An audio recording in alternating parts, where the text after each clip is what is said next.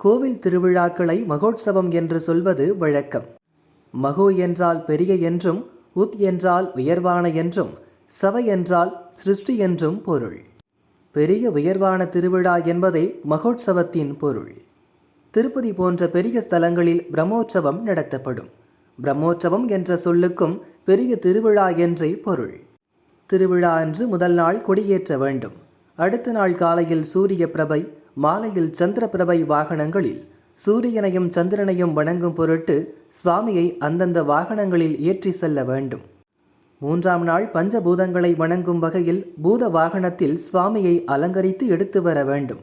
நான்காம் நாள் மறைத்தல் தத்துவத்தை உணர்த்தும் வகையில், அதாவது ஆண்டவனிடம் நமது செயல்பாடுகளை மறைத்துவிட்டோம் என்று நம்மை நாமே ஏமாற்றிக் கொள்வதை தடுக்க நாக வாகனத்தில் சுவாமியை ஏற்றி வர வேண்டும். நாகம் தன்னைத்தானே மறைத்து வாழும் இயல்புடையது. ஐந்தாம் நாள் இறைவன் உயிர்களுக்கு அனுகிரகம் செய்வதை குறிக்கும் வகையில் ரிஷப வாகனத்திலும், ஆறாம் நாள் உலக பொருட்கள் அனைத்தும் இறைவனுக்குள் அடக்கம் என்பதை குறிக்கும் வகையில் யானை வாகனத்திலும், ஏழாம் நாள் இறைவனின் பாதத்தை அடைய வேண்டும் என்பதை குறிக்கும் வகையில் கைலாச பர்வத வாகனத்திலும் சுவாமியை ஏற்றி வர வேண்டும்.